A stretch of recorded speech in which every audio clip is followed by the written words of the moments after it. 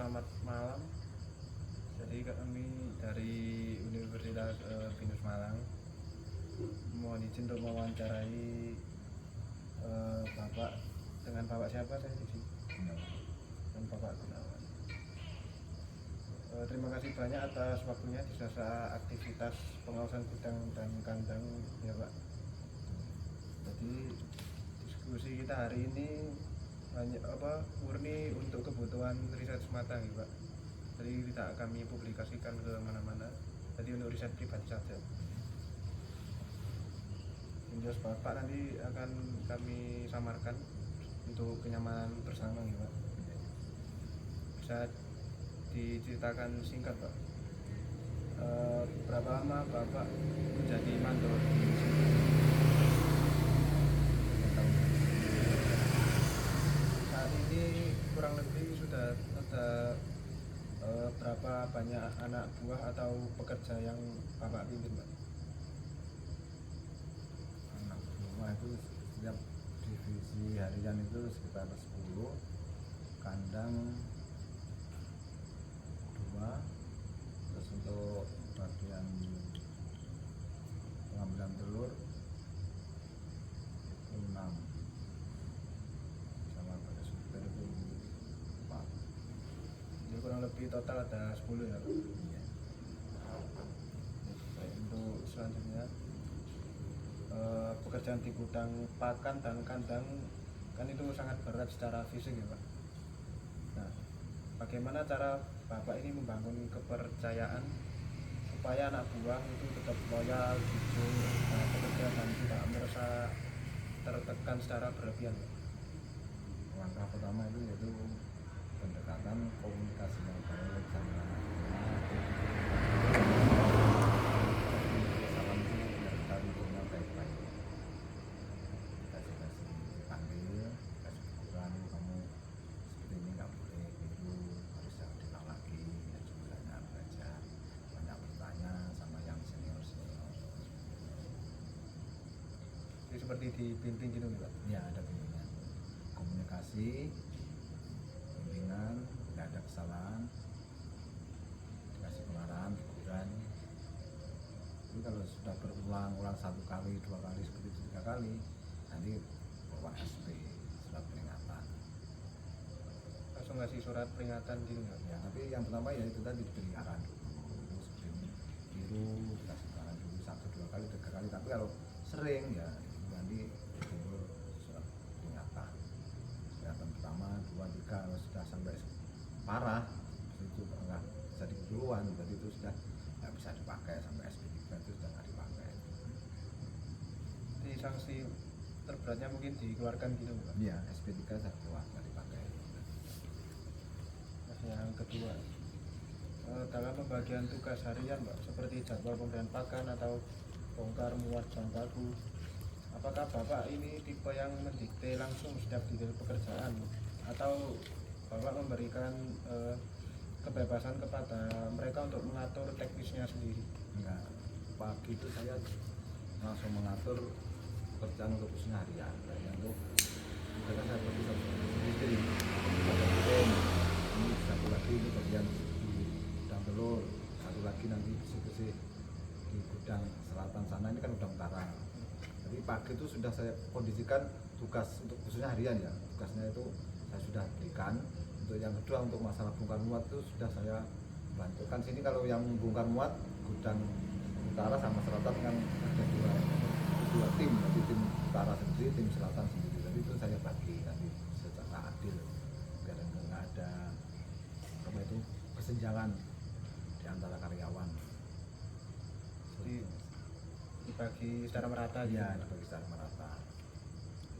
Yang ketiga ini Pak, ketika terjadi ketegangan atau perselisihan antar pekerja karena kelelahan fisik Pak, langkah Bapak sebagai penengah untuk meredakan konflik tersebut itu bagaimana sebelum mengganggu operasional di sini?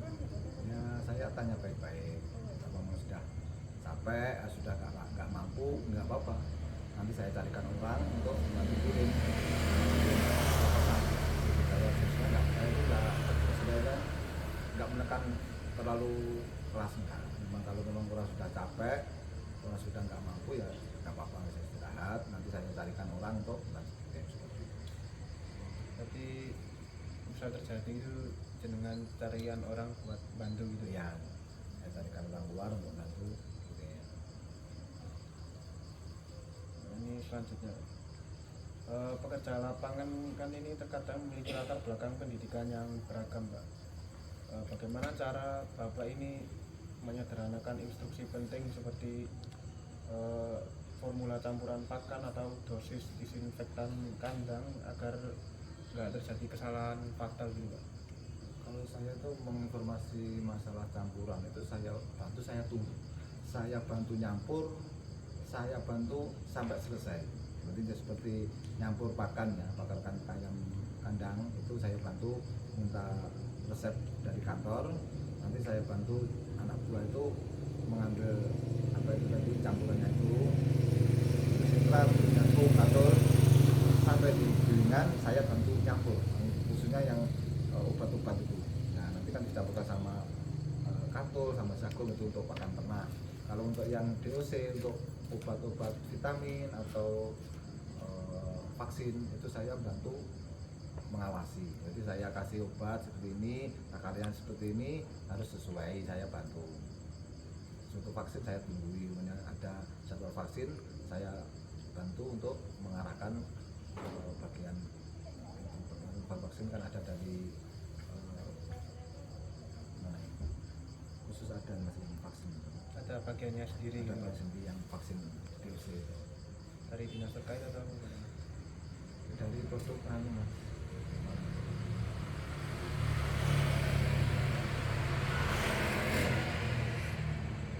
Nyuhup Pokpan Konfit sanes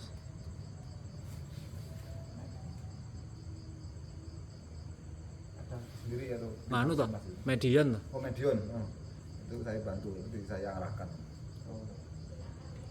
Tapi divisi ini niku saking mriki no sanes Pak Gun. Itu no, itu khusus vaksin tok gitu. Khusus vaksin. Yang Jawi berarti. Yang di luar karyawan. Walah. Selanjutnya nih, jika tiba-tiba terjadi perubahan cuaca ekstrim, Pak, yang mengancam kesehatan ternak, indikasi wabah penyakit menular di kandang, keputusan cepat yang kira-kira akan Bapak ambil bersama tim sebelum bantuan dokter hewan tiba itu apa, Pak? Saya komunikasi sama teman saya itu yang bagian khusus karyawan sini ya, itu kan ada yang saya langsung komunikasi, ada masalah seperti itu, dengan kejadian seperti ini saya langsung bergerak istilahnya mengantisipasi Supaya ini nggak terjadi atau mendekat gitu, Pak. nanti tindakannya apa, nanti saya yang mengarahkan di mana. Jadi saya tetap komunikasi sama teman tadi, teman saya anak buah saya itu, teman saya yang bagian kandang. Kita kayak koordinasi gitu. Koordinasi ya, bisa pencegahan sebelum ada terjadi seperti itu. Yang selanjutnya ini, jika pasokan bahan baku penting seperti dedek atau jagung datang dengan kualitas di bawah standar atau kurang bagus karena cuacanya basah atau stok gudang menipis, itu bagaimana Bapak mengkoordinasikan tim buat menyortir atau mengamankannya supaya tidak bercampur gitu, Pak? Khususnya kalau untuk katul itu kalau kualitasnya tidak sesuai dengan permintaan itu saya mesti komunikasi sama bosnya Pak Indro. Saya komunikasi Pak seperti ini gimana, nanti solusinya ya kalau kondisinya parah, maksudnya kalau parah kalau masih bisa ditoleransi seperti katul ya, kalau masih bisa toleransi kesehatan seperti kadar endangnya sedikit, katulnya panas, katulnya bongkol, kalau masih tetap bisa ditoleransi itu tetap dipakai. Tapi kalau sudah nggak bisa, memang nggak layak, itu tetap ditolak, nggak dikembalikan. Itu khususnya katul. Untuk yang jagung, bila ada seperti itu, solusinya yaitu bila jagung datang itu kan tiap kedatangan bahan baku seperti jagung itu kan dicek pakai tester kadar air sama kualitas warna jagung. Kemudian bila terjadi kualitas jagung itu tidak baik, menemukan testernya itu lebih di atas 20%, itu kita tolak, kita kembalikan. Untuk jagungnya itu untuk warna atau jagungnya itu terjadi jamur juga di sini nggak mau ditolak. Nanti kalau emergensi banyak kita nggak punya bahan baku, itu dengan terpaksa kalau ada, cuma kalau testernya itu di atas 20 kita solusinya tetap diterima tapi harga turun dengan solusi jagung itu di BP manual, jadi nggak di open, jemur ya, itu mengantisipasi terjadinya jamur itu untuk kadar air tinggi khususnya jagung.